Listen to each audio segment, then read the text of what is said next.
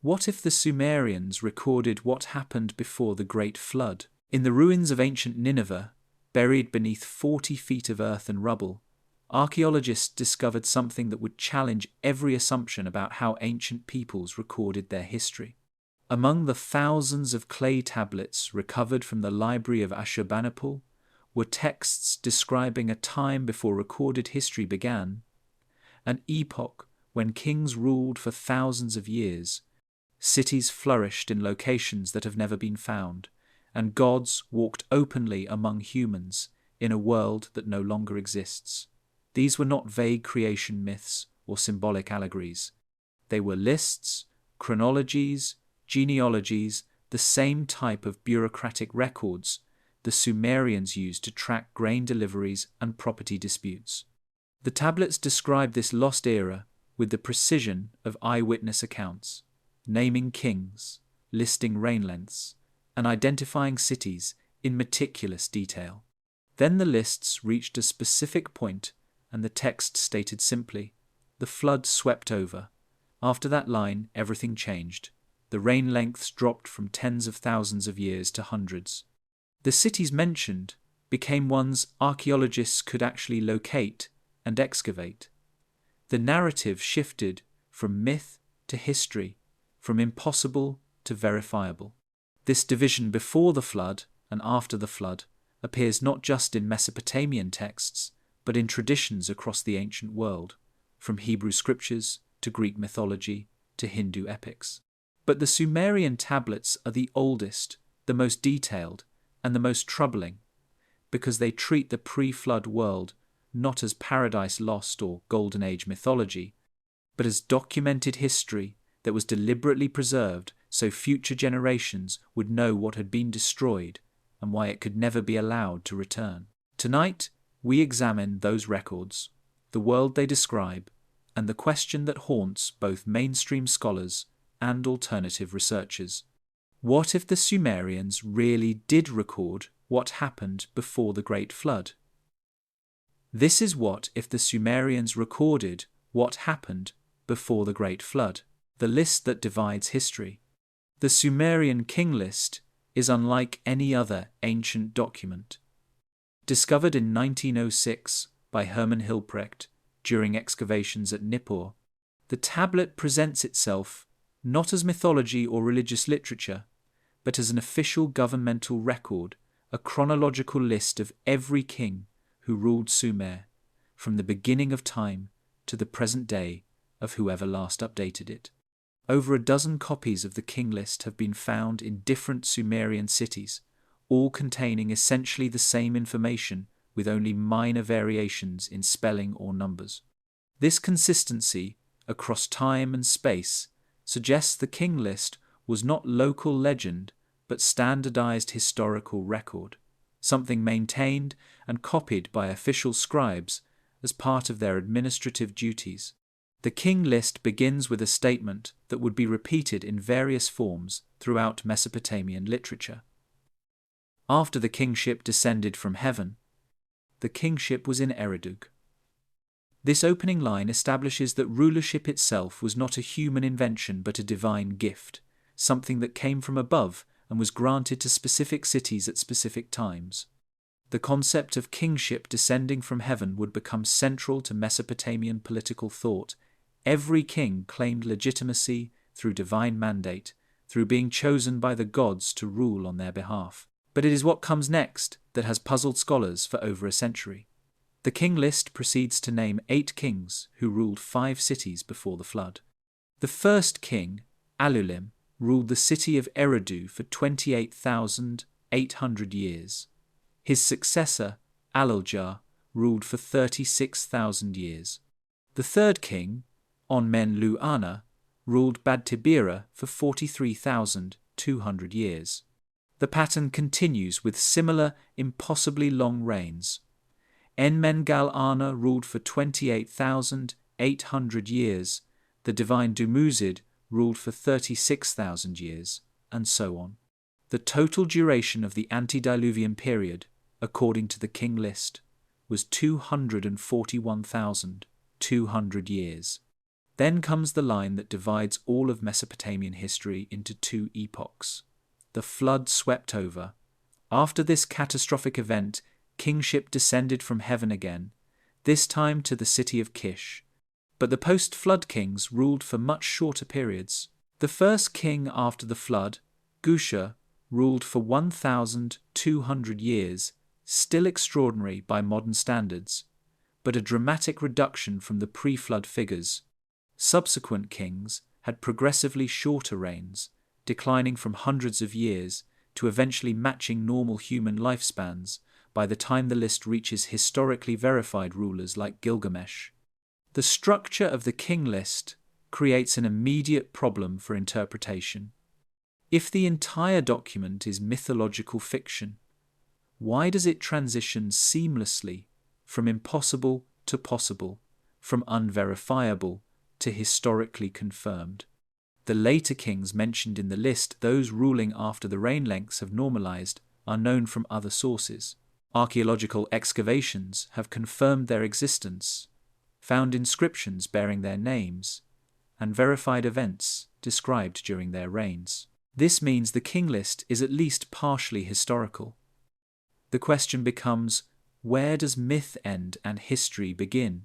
Mainstream scholars typically argue that the pre-flood section is purely mythological, that the impossibly long reigns are symbolic representations of vast antiquity, and that the named kings and cities are legendary rather than historical. The flood itself is interpreted as either a mythical dividing point between primordial time and human history, or as a cultural memory of real catastrophic flooding in Mesopotamia that has been exaggerated and universalized. The transition to shorter reigns is seen as the point where legend gives way to actual historical memory. But this interpretation faces difficulties. If the pre-flood section is pure invention, why does it follow the same format as the historical section? Why list specific reign lengths rather than simply saying kings ruled in ancient times? Why name 8 specific individuals rather than using generic terms like the ancestors or the first fathers? The king list treats all its entries with the same documentary tone, making no distinction between the verifiable and the impossible. It does not mark the pre-flood section as legend or the post-flood section as history. It presents the entire chronicle as fact, as an unbroken lineage from the moment kingship descended from heaven to whatever present day the scribe was recording. The geographic specificity adds another layer of complexity. The 5 pre-flood cities named in the king list are not random mythological locations. They are Eridu, Bad Tibera, Larak, Sippar, and Shuruppak.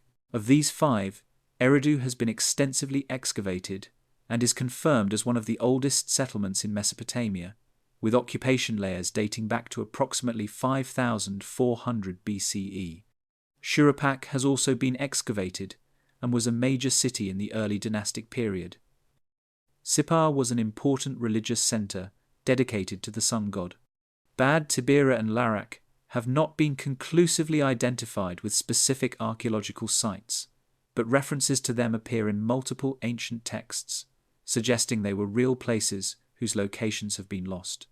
If the king list was purely mythological, one might expect it to place the pre-flood world in completely imaginary locations, in distant lands across the sea, or in heavenly realms disconnected from earthly geography.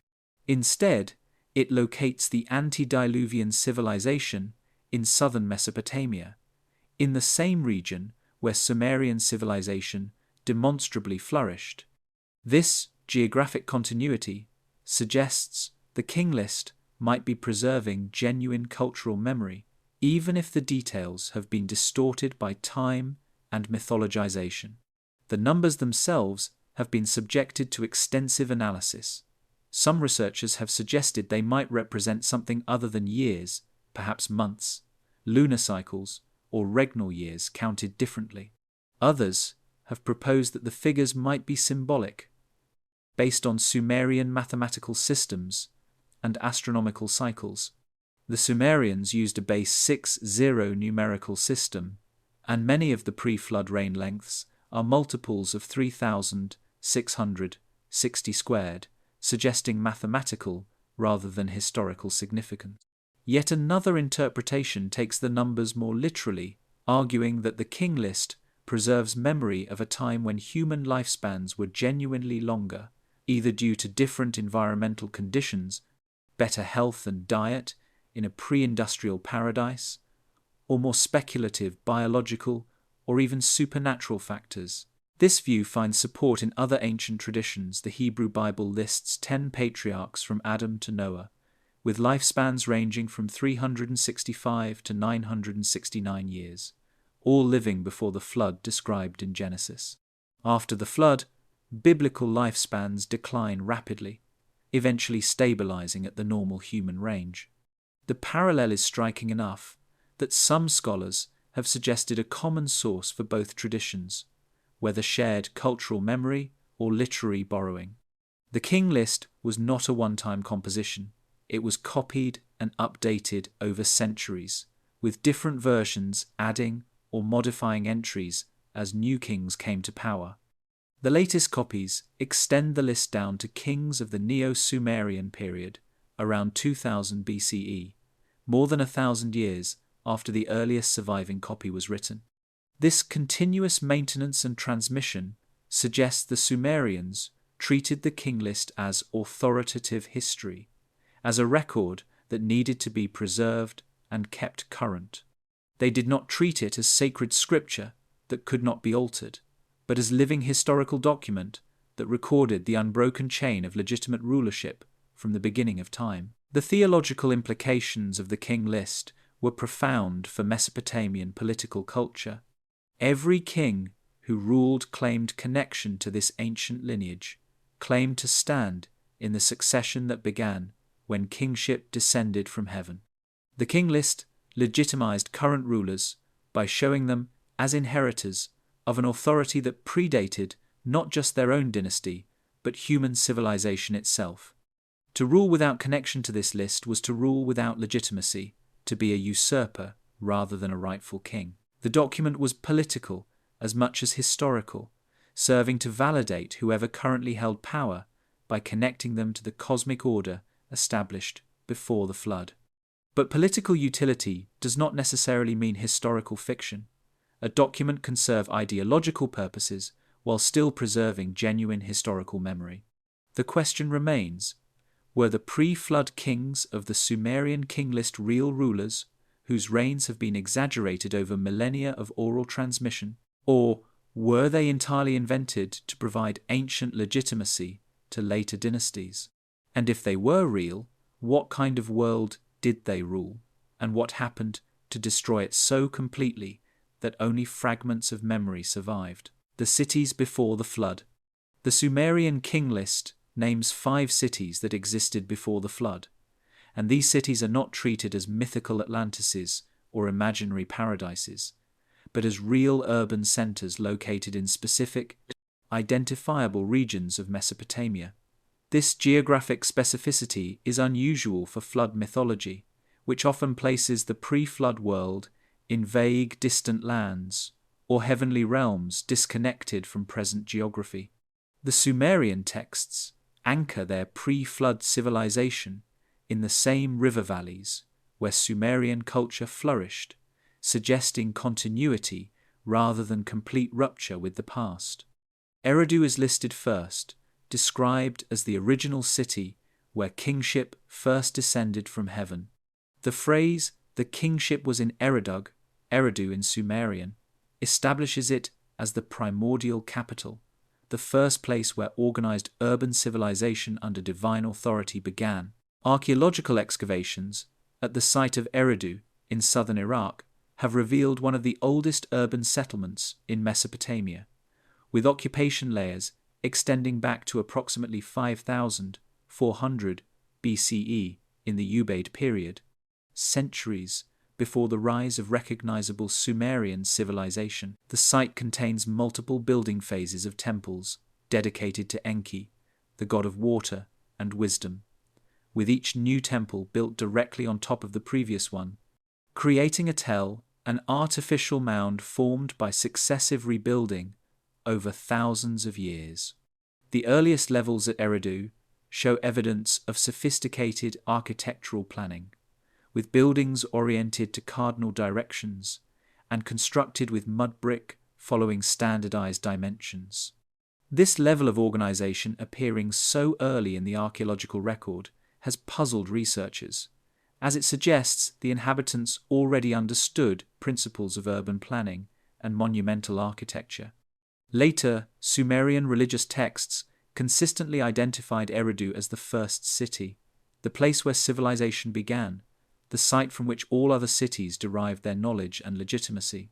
This consistent tradition, combined with archaeological evidence of very early occupation, suggests Eridu genuinely was among the oldest urban centers in the region, perhaps preserving memory of the earliest phase of settled civilization. Bad Tibira, the second city mentioned in the king list, is described as ruled by 3 pre-flood kings for a combined total of 108,000 years. The name means Fortress of the Smiths or Fortress of the Metalworkers, suggesting it was a center of metallurgical production even in antediluvian times. While Bad Tibira has not been conclusively identified with any excavated site, references to it appear in multiple Sumerian texts describing the pre-flood world. One tablet fragment describes Bad Tibira as a place where divine craftsmen worked, where secrets of metalworking were kept, and where weapons and tools were forged using knowledge given by the gods. This association with advanced metallurgy is intriguing because the development of bronze working was indeed a crucial technological advancement that marked the transition to more complex civilization. Larak, the third city, is even more mysterious. It is mentioned in the king list as ruled by one king, Ensipad Zid-Ana, for 28,800 years. Almost nothing else is known about Larak from Sumerian texts. It does not appear prominently in myths, has not been identified archaeologically, and its location remains uncertain. Some researchers have speculated it might have been destroyed so completely by the flood or subsequent events that no traces remain, or that it was located in an area now beneath the Persian Gulf, which was dry land during the last ice age when sea levels were significantly lower. The Gulf has risen substantially since the end of the last glacial period, around 10,000 BCE, submerging what would have been habitable coastal plains. Sippar, the fourth city, is much better documented. Known as the cult center of the sun god Utu, later called Shamash in Akkadian, Sippar was a major religious site throughout Mesopotamian history. The city has been partially excavated and was clearly an important urban center by the early dynastic period, around 2900 BCE. Interestingly, later, Babylonian texts describe Sippar as the city where the gods hid ancient tablets containing pre-flood knowledge, preserving wisdom from before the catastrophe so it would not be lost. One text describes how the god Enki, knowing the flood was coming, instructed priests to bury tablets containing all essential knowledge at Sippar, where they could be recovered after the waters receded. Whether this represents actual practice of archiving important texts in flood-resistant storage, or is purely mythological, it shows the Mesopotamians conceived of Sippar as a repository of ancient wisdom. Shuruppak, the fifth and final pre-flood city, plays a central role in Mesopotamian flood narratives. This is the city from which Ziusudra, or Utnapishtim in later versions, came, the man warned by the god Enki to build a boat and save himself from the coming deluge. Shuruppak has been extensively excavated at the modern site of Tel Farah in Iraq. The site shows evidence of major flooding during the early dynastic period, with a distinct layer of water-laid sediment separating earlier occupation levels from later ones. This flood layer has been radiocarbon dated to approximately 2900 BCE, roughly contemporaneous with evidence of catastrophic flooding found at other Mesopotamian sites, including Ur and Uruk. The archaeological evidence at Shuruppak is particularly compelling because it shows signs of a sudden, violent inundation rather than gradual abandonment. Buildings were left with contents inside, pottery and tools scattered as if people had fled quickly, and thick deposits of clay and silt covered everything. While this flooding was not literally global, it affected the Mesopotamian river valley, but not the entire world. It was catastrophic enough to destroy multiple major cities simultaneously, kill thousands of people, and leave survivors with vivid cultural memory of a world-ending disaster. These 5 cities represent the pre-flood civilization in Sumerian memory, and their geographic distribution across southern Mesopotamia suggests a developed urban culture occupying the region. The texts do not describe these cities as isolated settlements, but as connected parts of a larger civilization, with kingship passing between them, trade and communication linking them, and shared culture and religion uniting them. This picture of organized urban society existing before the flood is difficult to reconcile with standard archaeological chronologies that place the beginning of Sumerian urban civilization around 3500 to 3000 BCE, long after the climate had stabilized following the end of the Ice Age. However, the possibility that earlier urban centers existed but have not been found or have been destroyed cannot be dismissed entirely. The Mesopotamian plain has been subject to dramatic changes in river courses, with the Tigris and Euphrates shifting their channels repeatedly over millennia.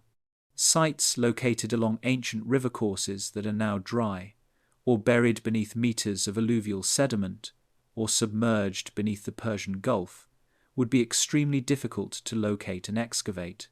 The absence of archaeological evidence for pre-flood cities does not necessarily prove they never existed. It might simply mean we have not found them yet, or that conditions for preservation were poor. The Sumerian texts describe these cities not as primitive villages slowly developing into urban centers, but as already sophisticated and organized, as if civilization appeared fully formed rather than developing gradually. This sudden appearance is consistent with the archaeological record of Sumerian cities in the Uruk period, which seem to emerge with advanced architecture, writing, and social organization already developed. Whether this reflects rapid indigenous development, inheritance from an earlier culture, or something else entirely remains one of the persistent mysteries of ancient Mesopotamian archaeology. The kings who ruled forever.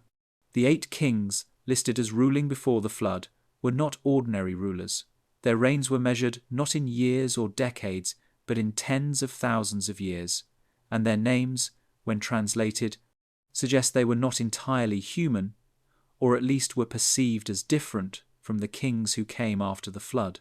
These were the antediluvian kings, rulers of a world that existed in a fundamentally different state than the world that followed. Alulim, the first king, ruled Eridu for 28,800 years. His name has been interpreted as meaning stag or deer-like, though the etymology is uncertain and may be in a language predating Sumerian. Nothing else is known about Alulim's reign. No deeds are attributed to him.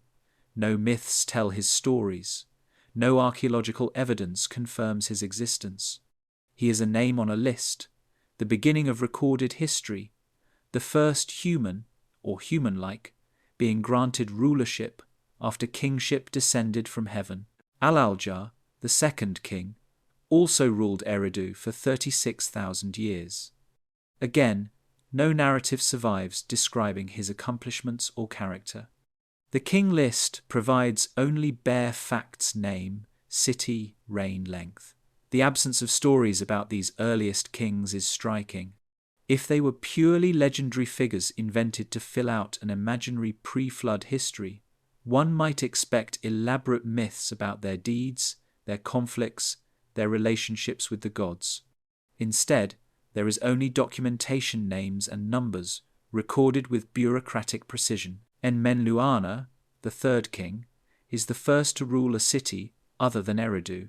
His name means Lord of the foundation of the nation, or Lord who makes the me of sovereignty, referencing the Mesopotamian concept of me, divine principles, or cosmic laws that governed civilization.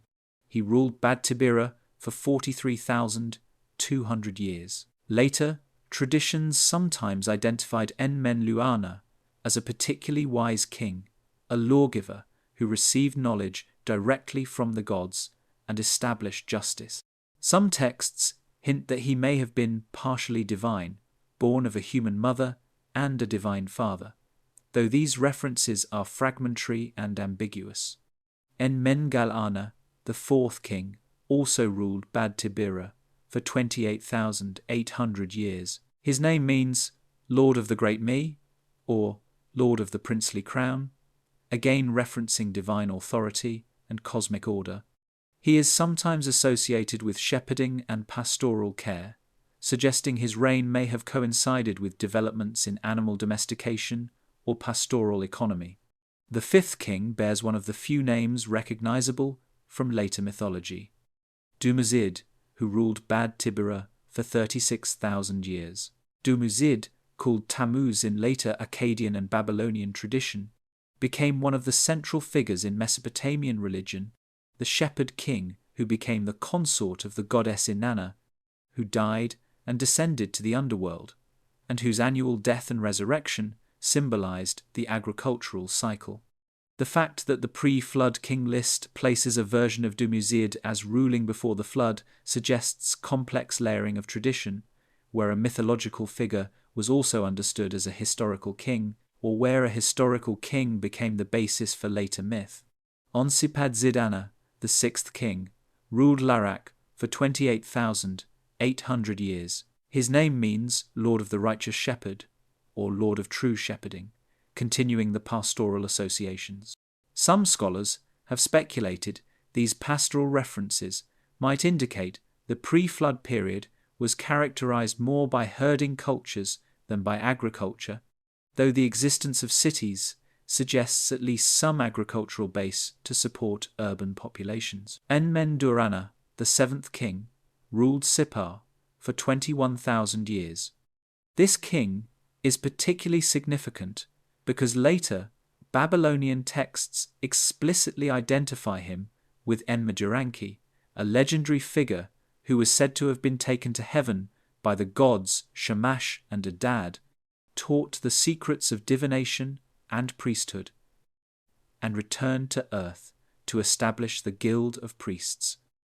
The text known as the Dynastic Chronicle describes Enmeduranki as beloved of Anu, Enlil, and Ea, the three highest gods, and states that he ascended to heaven, where he was shown the tablets of the gods and learned mysteries forbidden to ordinary humans.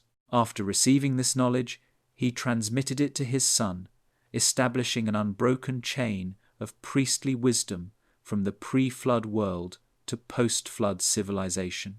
The parallel with the biblical Enoch is striking and has been noted by scholars for decades. Like Enmeduranki, Enoch was the seventh patriarch in his genealogy. Like Enmeduranki, Enoch was taken to heaven without dying, shown divine secrets, and given knowledge of astronomy and the calendar.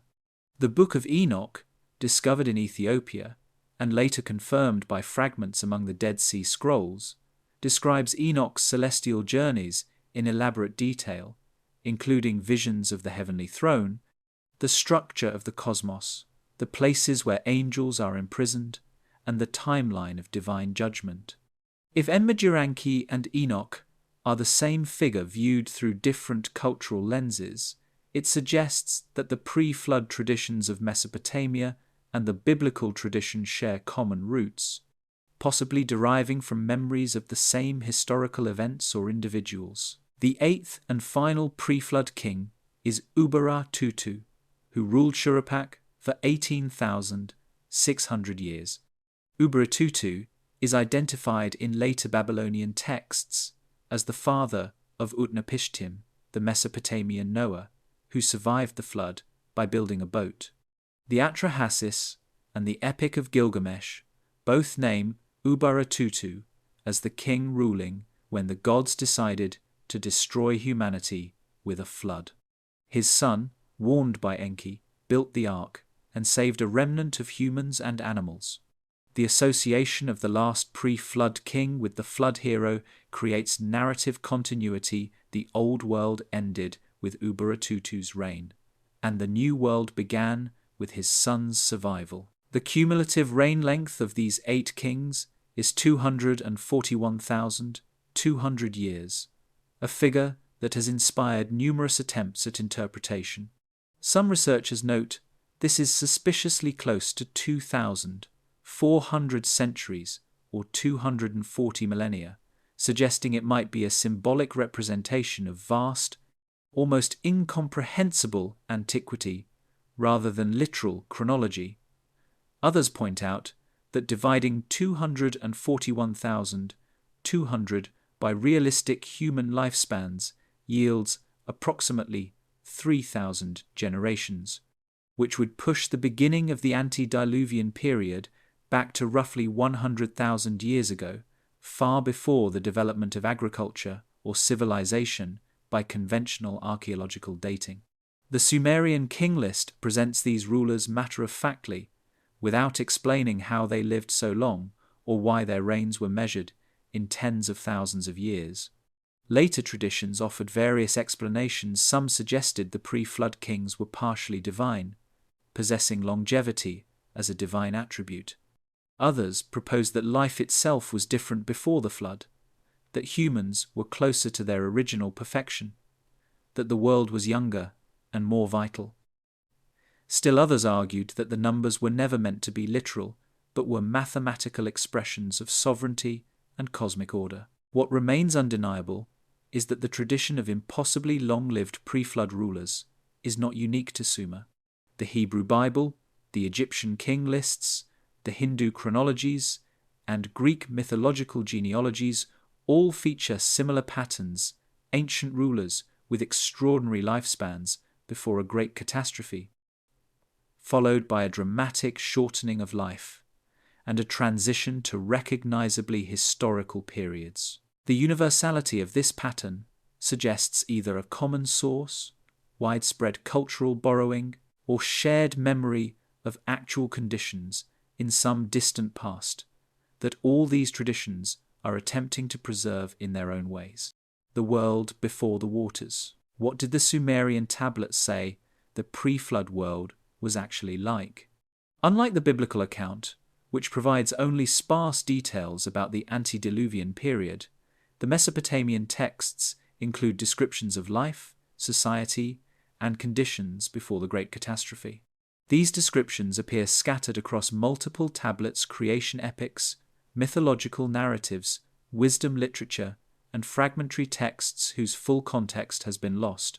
Piecing them together creates a picture of a world that was in some ways similar to the historical Sumerian civilization, but in crucial ways fundamentally different. The earliest and most detailed account comes from the Eridu Genesis, a Sumerian text dating to approximately 1,600 BCE, but clearly based on much older traditions.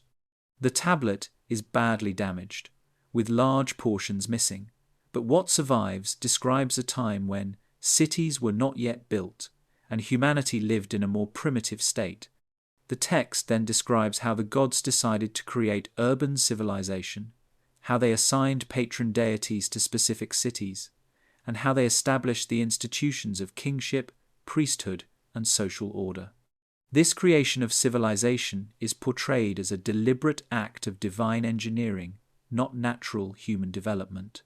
What emerges from these texts is a picture of a highly organized society where gods and humans interacted directly and frequently. The pre-flood world was not a primordial paradise of hunter-gatherers living in harmony with nature.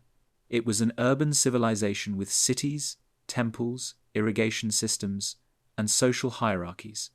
The gods did not dwell in some distant heaven. They lived in temples within the cities, ate offerings brought by humans, and involve themselves in human affairs with a degree of presence that seems strange and almost mechanical compared to later religious traditions. The Atrahasis provides the most complete account of pre-flood society and what led to its destruction. According to this text, humanity was created to serve the gods, specifically to relieve the Anunnaki of physical labor. The lesser gods, called the Igigi, had been digging irrigation canals and performing agricultural work for 40 years before rebelling. Rather than destroy the rebels, the god Enki proposed creating humanity to take over the labor. Humans were fashioned from clay mixed with the blood of a slain god, and they were specifically designed to be workers. For a time, this system functioned. Humans labored, cities grew, and civilization flourished. The gods received their offerings and lived comfortably while humanity performed the necessary work to maintain the infrastructure of civilization. But then a problem developed. Humanity became too successful. The population grew rapidly, cities expanded, and the noise of human activity began to disturb the gods. The text is explicit about this. The complaint was not moral corruption or wickedness, but simply that there were too many humans making too much noise. The god Enlil, king of the gods and lord of the earth, became increasingly irritated by the constant din of human voices, the sounds of construction and commerce, the clamor of growing cities. He complained to the divine council, arguing that the noise was making it impossible to sleep, that the original purpose of creating humanity to serve quietly and efficiently had been perverted by overpopulation. The gods began discussing solutions, and the proposals were drastic. The Atrahasis describes a series of attempted population controls before the flood. First, Enlil sent drought to reduce food supplies and limit population growth. The drought lasted for years, causing famine, but humanity adapted, developed new irrigation techniques, and the population continued to grow. Second, Enlil sent disease and plague to thin the numbers. But Enki, who had created humanity and felt protective toward his creation, taught humans medicine and healing, allowing them to survive the plagues. Third, Enlil sent predators and wild animals to attack human settlements. Again, humans adapted, building better defenses and domesticating animals. Frustrated by the failure of these measures, Enlil finally proposed total annihilation, destroy humanity entirely through a great flood that would cover the earth and drown every living thing.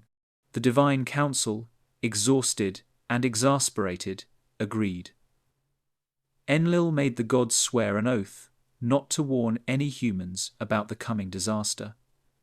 The decision was final and secret. But Enki, who could not break his oath to the council directly, found a loophole. He spoke not to his human servant Atrahasis, but to the walls of Atrahasis's reed house, describing in detail what was coming and what needed to be done to survive. Atrahasis, overhearing through the wall, understood. He built a boat according to Enki's specific instructions, dimensions, materials, waterproofing methods, all precisely described. He brought his family, craftsmen skilled in various trades, and representatives of all animals. He sealed the boat and waited. The flood is described with terrifying detail in the Atrahasis. The gods themselves opened the sluices of heaven and earth, releasing waters from above and below simultaneously. Rain fell for 7 days and 7 nights without stopping. The wind reached hurricane force. The waters rose above the mountains. Everything that lived on dry land died. The gods, watching from heaven, were horrified by what they had unleashed. Some wept, regretting their decision. The goddess Nintu, Ninhursag, lamented that she had agreed to the destruction of the humans she had helped create. When the waters finally subsided and the boat came to rest on a mountain, Atrahasis emerged and offered sacrifice. The gods, having gone without offerings and worship for the duration of the flood, smelled the sacrifice and, gathered like flies around the offering, suddenly realizing they had nearly destroyed the very beings they depended on. Enlil was furious that anyone had survived, but the other gods overruled him. Humanity would be allowed to continue, but measures would be implemented to prevent overpopulation, shorter lifespans, increased infant mortality, and the institution of certain women who would not bear children. This narrative presents the pre-flood world not as morally corrupt, but simply as too populous and too noisy. The flood was not divine punishment for sin, but population control taken to an extreme. This morally ambiguous portrayal is unusual in flood mythology, which typically presents the catastrophe as righteous judgment against wickedness. The Mesopotamian version is more complex, more troubling, and in some ways more realistic. It depicts gods who are powerful but not omnipotent, who make decisions for selfish reasons rather than cosmic justice, and who are capable of regret and even error. The tablets also preserve fragments describing pre-flood knowledge and technology. The text, known as the Sumerian flood story, mentions that before the catastrophe, humanity possessed knowledge of metallurgy, agriculture, astronomy, and writing. The Descent of Inanna references wisdom tablets that existed before the flood and were kept in the temple at Eridu. The Enuma Elish describes how Marduk, after organizing the post-flood world, distributed knowledge that had been preserved from before the catastrophe.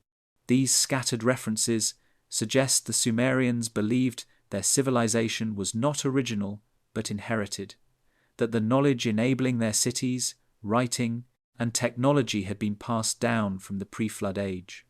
What survives in these texts is not a coherent, comprehensive description of the antediluvian world, but fragments and glimpses enough to suggest a developed urban civilization, enough to indicate complex relationships between gods and humans, enough to show that the flood was remembered as marking a profound discontinuity in human history. The world after the flood was deliberately made different, made harder, made less direct in its connection to the divine. Kings no longer lived for tens of thousands of years. Gods no longer walked openly in cities. Humanity was on its own in ways it had not been before, forced to build civilization again with only dim memories and fragmentary knowledge of what had been lost. The divine council's decision. The Mesopotamian texts are unusual among ancient flood narratives because they provide detailed accounts of the deliberations among the gods before the catastrophe, including dissent, debate, and even subterfuge within the divine council. Rather than portraying a unanimous, righteous judgment, they show a fractured, contentious decision-making process that some gods opposed and actively worked to undermine. This internal divine conflict surrounding the flood is one of the most theologically significant aspects of the Mesopotamian tradition. The Atrahasis describes the divine council meeting where the fate of humanity was decided. Enlil, lord of the air and king of the gods on earth, brought his complaint before the assembly. Humanity had become too numerous, too noisy, and was disrupting the peace of the gods. The text states explicitly that Enlil could not sleep because of the constant clamour from the earth below. This seems almost petty by modern theological standards, destroying an entire species because they are too loud, but it reflects Mesopotamian conceptions of divine motivations that were not always morally elevated. The council discussed various solutions short of total annihilation. Anu, the Sky Father and ultimate divine authority, initially suggested simply moving away, withdrawing divine presence from earth, and letting humans govern themselves. But Enlil insisted this would not solve the noise problem and that more drastic measures were necessary. Other gods suggested the gradual population reduction methods that were tried: first drought, plague, and predation. But when these failed to significantly reduce the human population long term, Enlil again pushed for total destruction. The critical moment in the narrative comes when Enlil proposes the flood and demands that all the gods swear an oath not to warn any humans. The text states, "Let all the gods by name swear an oath not to speak to any human about what is coming." This oath was binding in Mesopotamian theology. Oaths sworn by the gods were absolutely inviolable. To break such an oath would result in divine punishment and loss of authority. It was cosmic law that even the gods could not violate. Yet Enki, the god of water and wisdom, could not accept the destruction of humanity. He had played the key role in creating humans in the first place, mixing the clay and divine blood, shaping their form and giving them life. He had taught them agriculture, given them writing, and established civilization among them. They were, in a sense, his children, and he could not stand by and watch them all die. But he had sworn the oath along with the other gods not to speak to any human about the flood. Enki's solution was characteristically clever. The oath prevented him from speaking directly to a human about the flood, but it said nothing about speaking to inanimate objects. So Enki went to the reed house, where his most devoted human servant Atrahasis lived, and spoke to the wall. The text preserves his words. Reed wall, listen to my words. Dismantle your house, build a boat, abandon possessions, seek life, reject goods, and save life. The boat you will build, its dimensions shall be equal, its length and width shall be the same. Cover it with a roof like the Apsu. Atrahasis, inside the house, overheard the conversation between Enki and the wall. He understood immediately what was being communicated and what he needed to do. The text is careful to note that Enki did not violate his oath. He never spoke directly to Atrahasis, never addressed him by name, never looked him in the eye while communicating the warning. This legal fiction satisfied the letter of the oath while completely subverting its intent. The construction of the boat is described in remarkable detail in multiple versions of the flood story.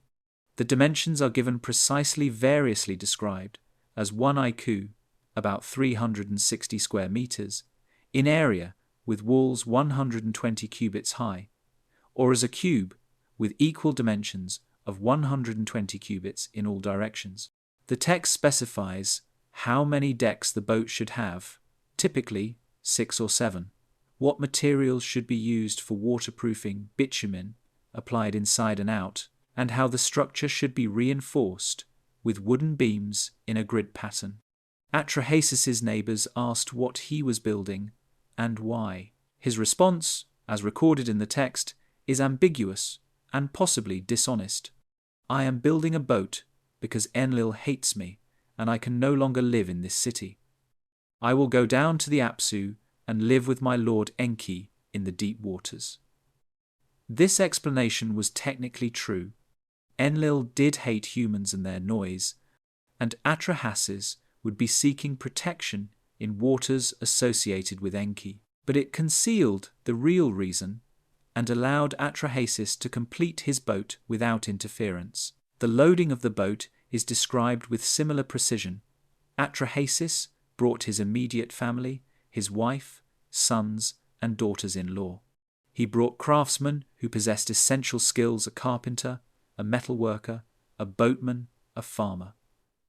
He brought animals, both wild and domestic, selecting breeding pairs of each species. He brought provisions: grain, water, wine, oil. The text states he brought all that I owned aboard the boat, suggesting an attempt to preserve not just biological life, but material culture and accumulated wealth. The timing of the flood's arrival is described ominously. Shamash, the sun god, gave Atrahasis a sign. When the one who orders the storm sends a heavy rain at nightfall, then enter the boat and close your door. When that moment came, Atrahasis and his family boarded, the door was sealed, and Atrahasis himself personally caulked the final seams with bitumen. They waited inside in darkness as the storm began. The description of the flood itself is apocalyptic. The text states that Adad, god of storms, roared in the clouds, while Shulat and Hanish, his heralds, went in front over hills and plains. Nergal, god of plague and the underworld, tore out the mooring poles, holding back primordial waters. The Anunnaki lifted up torches, whose fire lit the land, even as the waters rose. The scale is cosmic, not just rain, but the unleashing of all waters, above and below, that had been separated at creation. This was the undoing of the created order, a return to primordial chaos. The reaction of the gods watching from heaven is one of the most striking elements of the narrative. They were crouching like dogs, cowering by the outer wall, and the goddess Nintu Ninhursag cried out, "How could I speak evil in the assembly of the gods, ordering a catastrophe to destroy my people? I myself gave birth to humanity. Like the spawn of fish, they fill the sea." Other gods wept alongside her, regretting the decision they had made, but powerless to reverse it now that the flood had begun. This portrayal of divine regret is remarkable and challenges simple notions of divine omniscience and unchanging will. The gods made a decision, implemented it, and then realized they had made a terrible mistake. They were powerful enough to destroy the world, but apparently not wise enough to foresee all consequences. They needed humanity more than they had realized for offerings, worship, labor, and perhaps simply for companionship or purpose. A heaven populated only by gods, watching an empty, lifeless earth, was revealed to be hollow and unsatisfying. When the waters receded after 7 days, and the boat came to rest on a mountain, Mount Nimush in the Gilgamesh version, unnamed in Atrahasis, the first thing the survivor did was offer sacrifice. He built an altar, burned offerings, and poured out libations. The gods, having received no worship during the flood, smelled the smoke and gathered like flies around the sacrifice. This undignified image gods, compared to insects swarming around food, emphasizes how dependent they had become on human worship and service. Enlil arrived and saw the boat and the survivors, and he was furious. How did any human escape? No man was to survive the destruction. But the other gods now opposed him. Enki spoke up, admitting his role in warning Atrahasis, while technically justifying his actions. "I made sure that life was preserved. You, the wisest of gods, how could you fail to deliberate and instead bring about a flood?" The council was now divided between those who supported Enlil's original decision and those who, with Enki, believed humanity should have been preserved. The resolution was a compromise, described most clearly in the Atrahasis. Humanity would be allowed to continue, but controls would be implemented to prevent overpopulation from becoming a problem again. Birth would be made more difficult, infant mortality would increase, certain women would be designated as priestesses who would not bear children, and lifespans would be dramatically shortened. The gods apparently had learned that humanity was necessary, but needed to be kept at manageable levels and at a safe distance from divine concerns. The text ends with Enlil going aboard the boat, touching Atrahasis and his wife on their foreheads, and granting them immortality as a special dispensation. They would be allowed to live at the mouth of the rivers, a distant place at the edge of the world, immortal and blessed but removed from normal human society. Their descendants would repopulate the earth, but the couple themselves would never return to the world they had known. This ending raises a fascinating question. If Atrahasis and his wife were granted immortality and sent to live at the mouth of the rivers, what became of them? The Epic of Gilgamesh provides a partial answer.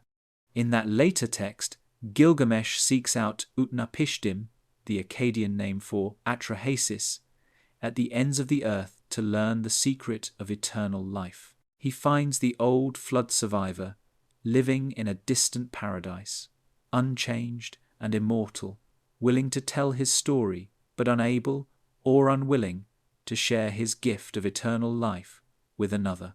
The flood hero became a living link to the pre-flood world, a witness to what had been destroyed, a reminder of both divine judgment and divine mercy.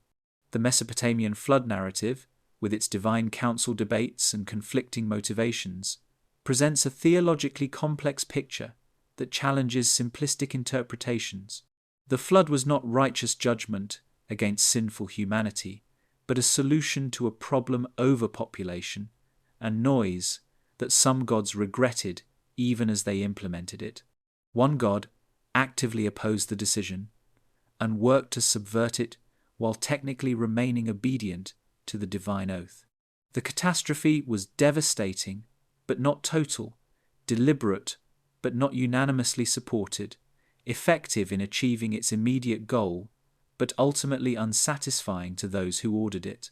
This ambiguity, this moral complexity, this presentation of divine beings who make mistakes and experience regret, is characteristic of Mesopotamian theology and sets it apart from the more morally straightforward flood narratives found in other traditions. The waters that covered the world.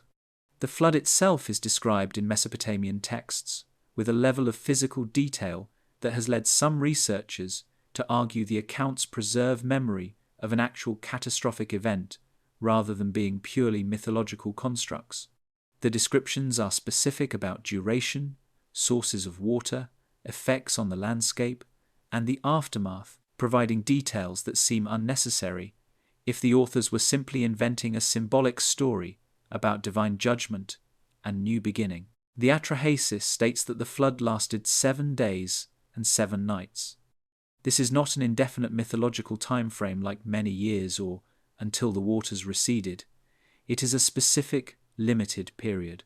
7 days of continuous torrential rain, combined with waters rising from underground sources, would indeed cause catastrophic flooding in Mesopotamia's low-lying river valleys.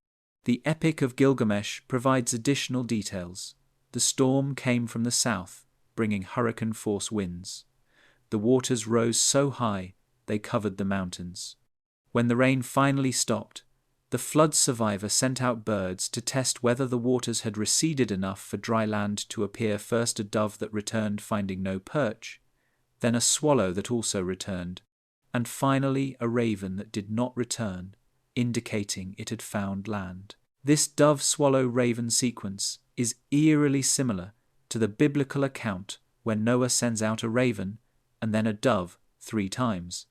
The parallel suggests either one tradition borrowed from the other, or both drew from a common earlier source. Given that the Mesopotamian texts are older than the biblical flood account by at least 1,000 years, the direction of influence seems clear. The Hebrew scribes knew and adapted the Mesopotamian tradition, modifying it to fit their monotheistic theology while preserving the basic narrative structure and many specific details. Archaeological evidence confirms that massive flooding did occur in Mesopotamia, though establishing exact dates and determining whether these floods match the mythological accounts is challenging. Excavations at multiple Sumerian sites, including Ur, Uruk, Shuruppak, and Kish, have revealed thick layers of water-deposited clay and silt that separate earlier occupation levels from later ones. These flood layers suggest sudden, catastrophic inundation rather than gradual abandonment or slow accumulation of sediment. At Ur, the British archaeologist Leonard Woolley excavated an 11-foot thick layer of clean clay in the 1,920 seconds, which he initially interpreted as evidence of the biblical flood. The layer was free of artifacts and organic material, suggesting it had been deposited rapidly by water rather than accumulated over centuries. Below this layer were remains of a sophisticated urban culture. Above it, after some gap in occupation, were artifacts from a later period showing cultural continuity, but also differences suggesting significant disruption. Similar flood deposits have been found at other sites, though they are not all from the same time period. Radiocarbon dating and archaeological contexts suggest multiple severe floods affected Mesopotamia at different times during the early dynastic period, roughly between 3000 and 2500 BCE. The most significant appears to have occurred around 2900 BCE, affecting multiple cities simultaneously and leaving deposits that would have been noticeable to later inhabitants digging foundations or wells. The question is whether any of these archaeological flood layers represents the flood described in the Sumerian texts, or whether the mythological flood is a composite memory of multiple disasters that have been compressed and universalized in cultural memory. Mainstream archaeologists tend toward the latter interpretation. The Mesopotamian flood myth, they argue, is cultural memory of recurring catastrophic flooding in a region where the Tigris and Euphrates rivers frequently overflow their banks, where spring snowmelt from mountains to the north can cause sudden floods, and where storm surges from the Persian Gulf have historically inundated coastal areas. However, some researchers have proposed more dramatic scenarios. The geologists William Ryan and Walter Pittman, in their controversial but extensively researched book, Noah's Flood, argued that the Black Sea experienced a catastrophic flooding event around 5600 BCE when rising Mediterranean waters breached the Bosporus and flooded a massive freshwater lake that had existed in the Black Sea basin. This flooding would have been sudden, violent, and devastating to Stone Age communities living around the lake's shores. The event would have created vivid memories passed down through oral tradition and eventually recorded in various flood myths, including those of Mesopotamia. The Black Sea hypothesis has been both supported and challenged by subsequent research.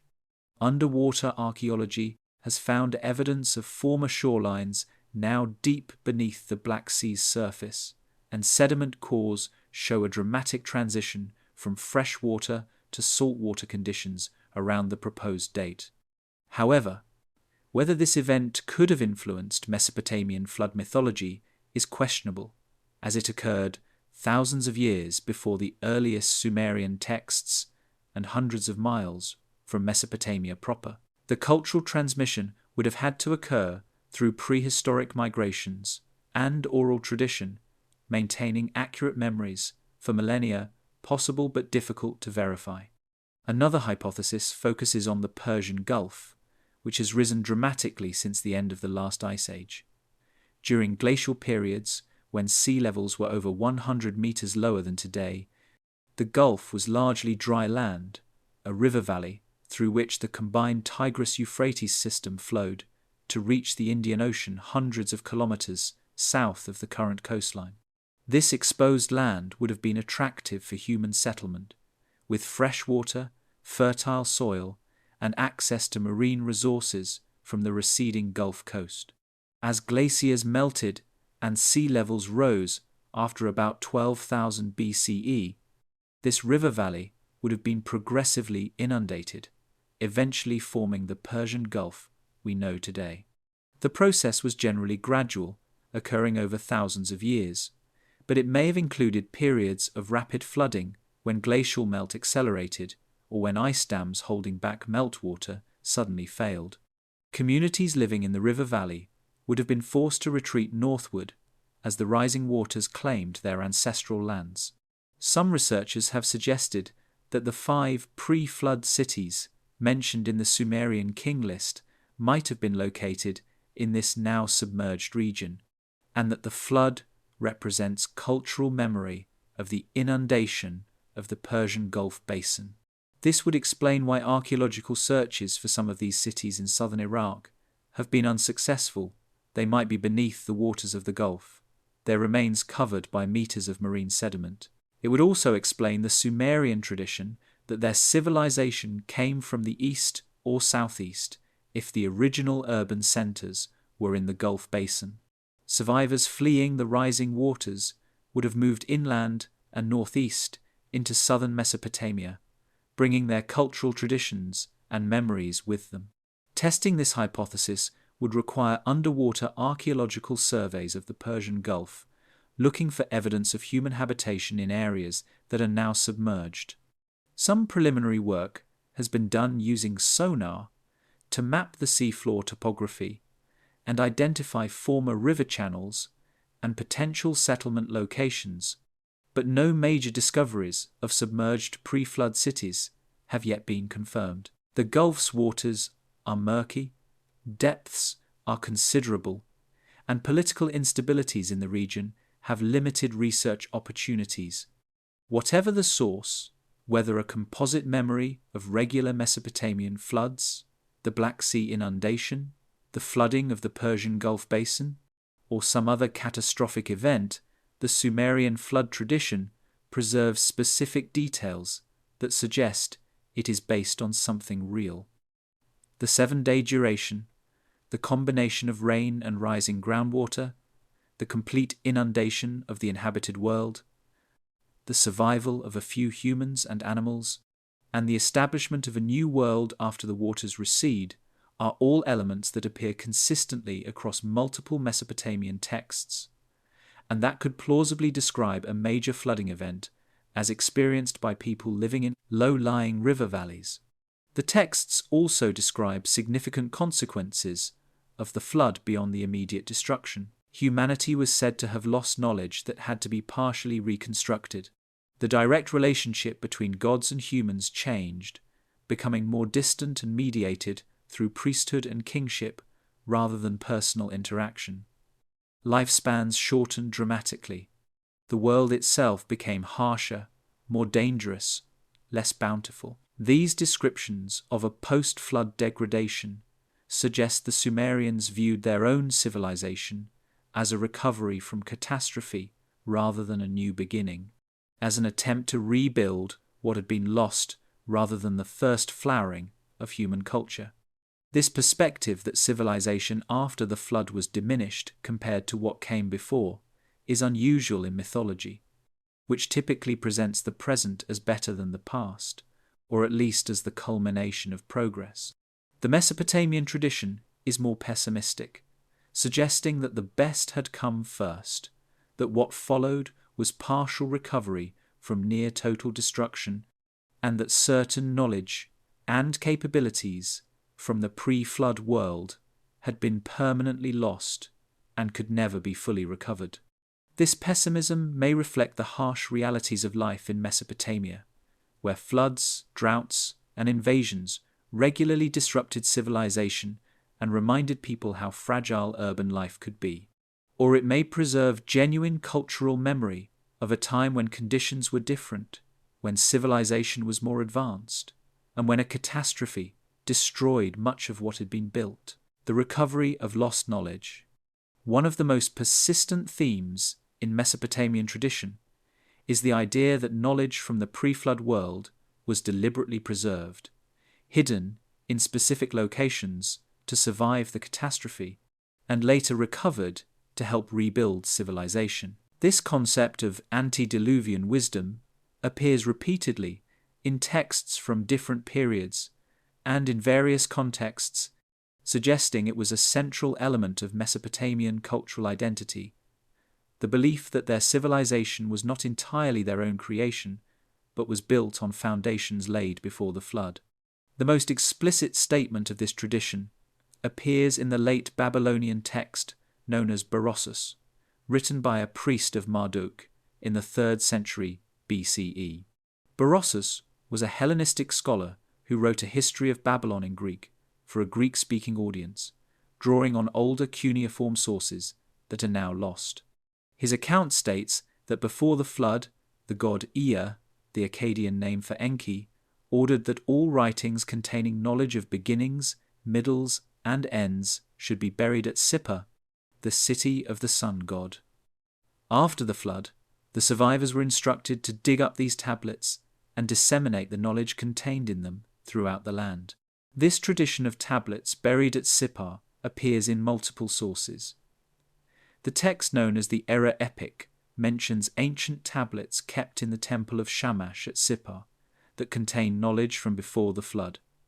Other references describe how certain kings, particularly in the Neo-Assyrian period, claimed to have discovered or restored ancient texts from Sippar that contained lost wisdom. Whether these claims reflect actual archaeological discoveries of ancient tablets or are literary conventions used to legitimize new knowledge by attributing it to ancient sources is debated, but the consistency of associating Sippar with pre-flood wisdom is striking. The figure of Enmeduranki, identified as the seventh pre-flood king, is specifically associated with the transmission of knowledge. Late Babylonian texts describe how Enmeduranki was taken to heaven by the gods Shamash and Adad, shown the tablets of the gods, taught the secrets of divination and the proper observation of omens, learned the mysteries of oil and water divination, and was instructed in all the practices of the priesthood. When he returned to earth, he passed this knowledge to his son, establishing an unbroken chain of priestly wisdom from the pre-flood era to the present. The parallels with Enoch in the biblical tradition are so precise that most scholars accept some form of literary connection between the traditions. Enoch, also the seventh patriarch before the flood, was also taken to heaven, shown divine secrets, taught celestial mysteries, and returned to pass his knowledge to his descendants before being taken to heaven permanently without experiencing death. The Book of Enoch, which elaborates on the brief biblical mentions, describes in detail the astronomical, calendrical, and angelological knowledge Enoch received, knowledge presented as essential for understanding the divine plan and maintaining proper cosmic order. The concept of knowledge surviving the flood through deliberate preservation appears implicitly in the structure of Mesopotamian education and scribal training. The Sumerian schools, called idubas or tablet houses, operated on the principle that knowledge was ancient, preserved, and transmitted rather than newly created. Students spent years copying ancient texts, learning traditional word lists and mathematical tables, and memorizing literature that was already centuries or millennia old. The curriculum was conservative, focused on replicating the past rather than innovating. This suggests the Mesopotamians saw themselves as inheritors and preservers of knowledge rather than originators. The mythological justification for this conservative approach was explicit. The knowledge they were preserving had come from before the flood, had been given by the gods, and was therefore sacred and unchangeable. To alter the traditional texts would be to corrupt divine wisdom. New compositions were acceptable if they followed traditional forms and did not contradict established knowledge. But the core curriculum, the lists, the myths, the mathematical and astronomical tables, was treated as fixed and ancient. This raises an intriguing question. What if some of this preserved knowledge actually did derive from pre-flood sources? Not from tablets literally buried at Sippar and dug up centuries later, but from oral traditions, from knowledge passed down through survivors, from cultural memory that maintained certain crucial information across the catastrophic disruption. The alternative is that the Sumerians invented the concept of antediluvian wisdom as a way to legitimize their own innovations, claiming ancient divine origin for knowledge they themselves had developed. Both possibilities have defenders among scholars. Archaeological evidence offers ambiguous support.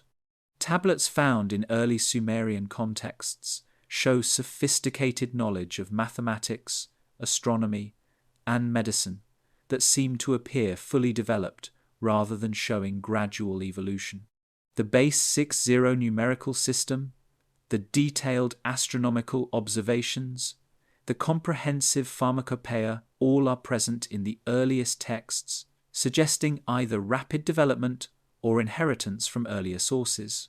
The Sumerians themselves consistently attributed this knowledge to the gods who taught humanity before and after the flood, to figures like Enki, who opened the underground waters, perhaps a metaphor for accessing deep knowledge, and to the wise kings of the antediluvian period who learned directly from divine sources. One particularly interesting text is the Sumerian king list itself, which some scholars have argued serves a function similar to the preservation traditions. By recording the names and reign lengths of the pre-flood kings, the king list preserves memory of the antediluvian period, maintains continuity between the world before and after the flood, and legitimizes post-flood rulers by connecting them to an unbroken lineage extending back to the beginning of kingship itself. The document is simultaneously historical record, political legitimation, and cultural memory, a tangible link to the lost world. The Epic of Gilgamesh, particularly the flood narrative embedded within it, can be read as another form of preserved knowledge. The story of Utnapishtim's survival and his gift of immortality, his residence at the ends of the earth, where he maintains memory of the pre-flood world, and his willingness to share his story with the hero who seeks him, all of this functions to preserve and transmit knowledge about the catastrophe and its meaning. Gilgamesh fails to achieve immortality, but he returns from his journey with knowledge, with a story to tell, with understanding of human limitations that changes how he rules his city. The epic itself becomes a form of wisdom literature, teaching through narrative what happened before and how humanity should live in the world that came after. The question of what was lost versus what was preserved is central to understanding how the Mesopotamians viewed their own civilization. If the flood destroyed a fully developed urban culture possessing advanced knowledge, then post-flood civilization was recovery and reconstruction, attempting to regain what had been lost. This would explain the Mesopotamian sense that they were living in diminished times, that the great kings of old had possessed powers and wisdom exceeding anything current rulers could claim, and that true perfection lay in the distant past rather than the future. If, on the other hand, the pre-flood period was less developed than later periods, if the antediluvian kings were legendary figures given impossible lifespans to represent vast antiquity, and if the knowledge attributed to pre-flood times was actually developed post-flood and attributed backward for legitimacy, then Mesopotamian civilization was progressive rather than reconstructive, and the flood myth served primarily as an origin story rather than as historical memory. The texts themselves remain ambiguous on this crucial question. They describe both continuity and rupture, both preservation and loss. They suggest that after the flood, humanity had to relearn many skills, rebuild cities, re-establish relationships with the gods. But they also claim that the most important knowledge survived, transmitted through survivors like Ziusudra and through deliberately preserved records.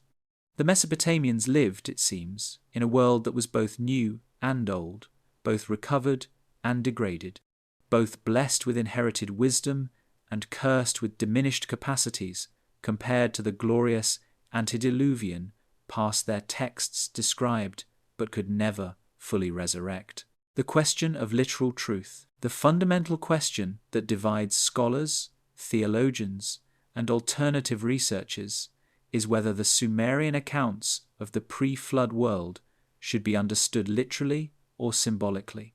This is not a simple binary choice. The texts could contain elements of both historical memory and mythological embellishment, factual cause overlaid with theological interpretation, or genuine records expressed in cultural languages we no longer fully understand. The answer profoundly affects how we interpret not just these texts, but the entire foundation of ancient Mesopotamian civilization and its claims about its own origins. The case for literal interpretation rests on several arguments. First, the Sumerian king list treats pre-flood and post-flood history with the same documentary style, using identical formats for both impossible and verifiable entries. It does not mark a transition from myth to history, but presents an unbroken chronology from primordial times to the present. If the historical section is factual, why assume the earlier section is not? Second, the geographic specificity of the texts anchors the pre-flood world in identifiable locations rather than mythical otherworlds. The 5 antediluvian cities are placed in southern Mesopotamia, and at least some of them correspond to real excavated sites. Third, the parallels with other ancient traditions, Hebrew, Greek, Hindu, Egyptian, all describing long-lived ancestors before a great flood, suggest shared memory of actual conditions rather than independent invention of similar myths. Proponents of literal interpretation, particularly among alternative researchers, argue that the enormous rain lengths might reflect different conditions in the distant past, perhaps different measuring systems, different calendar calculations, or genuinely longer lifespans due to factors we do not understand. They point to the biblical patriarchs' extraordinary ages, the extremely long reigns attributed to early Egyptian pharaohs in the Turin King list, and similar traditions in other cultures as corroborating evidence that something unusual characterized the human condition in deep antiquity. More speculatively, some argue the Sumerian texts preserve memory of contact with non-human intelligences, whether extraterrestrial visitors, interdimensional beings, or advanced humans from a previous cycle of civilization. The Anunnaki, described as descending from heaven and teaching humanity, could be interpreted literally as beings who came from elsewhere, established civilization, and were later overthrown or departed. The pre-flood kings' impossible lifespans could indicate hybrid human Anunnaki rulers, partially divine beings whose biology functioned differently than ordinary humans. This interpretation takes the texts at face value while proposing non-conventional explanations for what they describe. The case for symbolic interpretation is favored by mainstream academic scholarship and rests on different foundations. First, enormous numbers in ancient Near Eastern texts often functioned symbolically rather than literally, representing concepts like antiquity, authority, or cosmic order through mathematical patterns rather than historical fact. The pre-flood rain lengths are multiples of significant numbers in Sumerian mathematics, particularly 3,600, which is 60 squared, suggesting deliberate construction rather than recorded fact.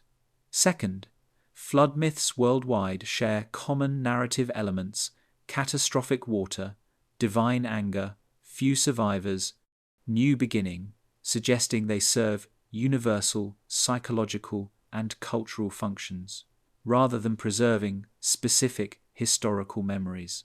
The Mesopotamian flood myth, while unusually detailed, still follows this archetypal pattern. Third, archaeological evidence shows gradual development of Mesopotamian civilization from small agricultural villages to urban centers over thousands of years, with no evidence of a pre-existing sophisticated culture that was destroyed by catastrophic flooding. The Uruk period emergence of cities, writing, and complex social organization can be explained through indigenous development driven by population growth, agricultural intensification, and increasing social complexity. The flood deposits found at various sites represent local disasters that affected individual cities rather than civilization-ending catastrophes. Mainstream scholars interpret the pre-flood section of the King list as mythological charter, establishing divine origins for kingship by extending the institution back to primordial times before historical memory began. The impossibly long reigns symbolize the nearness of those early rulers to the divine realm, their quasi-divine status, and the vast temporal distance separating them from ordinary historical kings. The flood represents the transition from mythological time to historical time, from an age when gods walked the earth to the present age when divine presence is mediated and distant. The gods' decision to destroy humanity through flooding can be read as theological explanation for why the world is as it is, rather than as it might be, why humans die, why life is hard, why gods seem distant. The flood answers the question, why is existence difficult, with, because humanity was nearly destroyed and is living in a diminished, post-catastrophic world. This provides psychological comfort by externalizing suffering. The world's problems are not humanity's fault, but consequences of divine decisions made long ago. A middle position, adopted by some scholars, accepts that catastrophic flooding occurred in Mesopotamia and left vivid cultural memories, while maintaining that the specific narrative details are theological constructions built around a kernel of historical disaster. Real floods destroyed cities around 2900 BCE, killed thousands, disrupted civilization. Survivors told stories about the catastrophe, which were passed down and gradually elaborated. Over centuries, these stories were theologized, gods were inserted as causes, moral lessons were added, and the narratives were harmonized with other traditions. The Sumerian flood myth would then be a complex interweaving of historical memory, theological interpretation, literary artistry, and cultural meaning-making.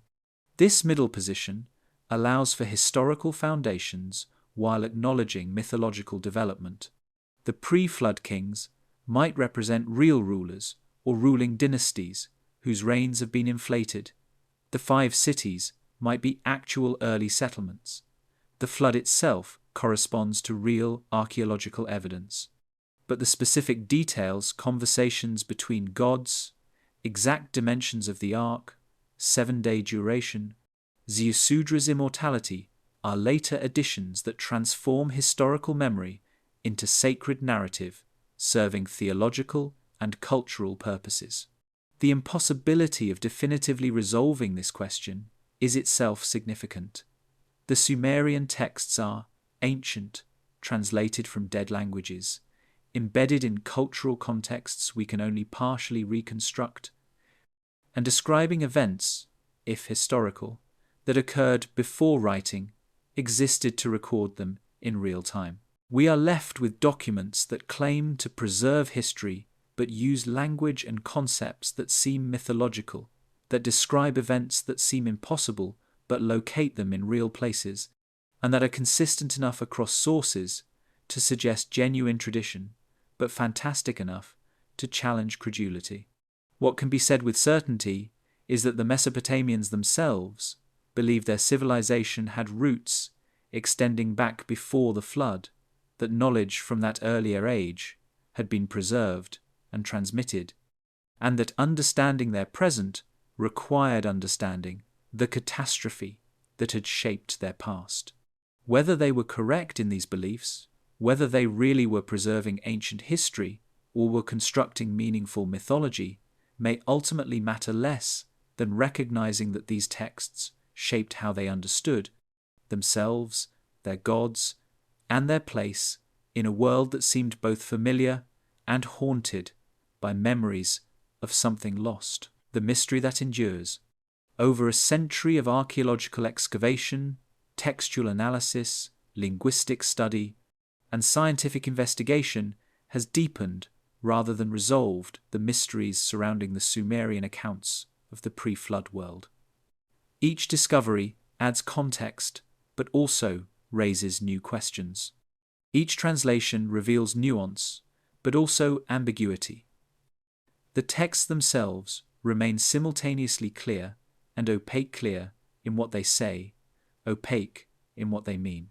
The Sumerian king list records 8 kings who ruled 5 cities for a combined 241,200 years before the flood.